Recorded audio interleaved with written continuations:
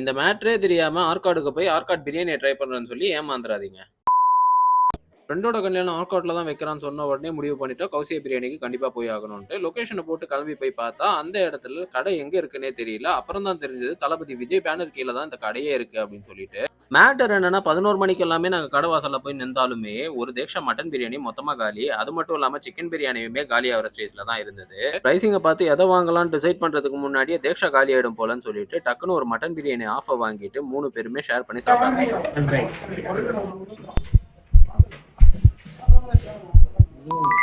சும்மா சொல்லக்கூடாது. பிரியாணி டேஸ்ட்டும் சரி, பிரியாணியில் இருக்க பீஸும் சரி வேற மாதிரி இருந்தது. ஆனால் பிரியாணி காலி ஆயிடுச்சுன்னு ஃபீல் பண்ணிட்டு இருக்கும்போது தான் கடைக்காரர் சொன்னார் இன்னொரு தேக்ஷா இருக்கு அப்படின்னு சொல்லிட்டு.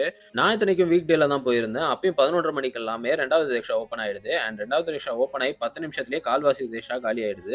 ஸோ நீங்கள் போறீங்கன்னா ஏர்லியாக பிளான் பண்ணி போகிற மாதிரி பார்த்துக்கோங்க. தேவையான பார்சல்லாம் வாங்கிட்டு ரூமுக்கு போய் சாப்பிட்டு கிளம்பலான்னு பார்க்கும்போது தான் ஃப்ரெண்டு இங்கே இன்னொரு கடை ஃபேமஸ் அங்கே வா போகலாம் அப்படின்னு சொன்னால் அது என்னன்றதை செகண்ட் பார்ட்டில் பார்ப்போம். இந்த வீடியோ உங்களுக்கு பிடிச்சிருந்தா தேஷ் இன்சைட்ஸ்க்கு லைக், ஷேர் அண்ட் சப்ஸ்கிரைப் பண்ணிடுங்க.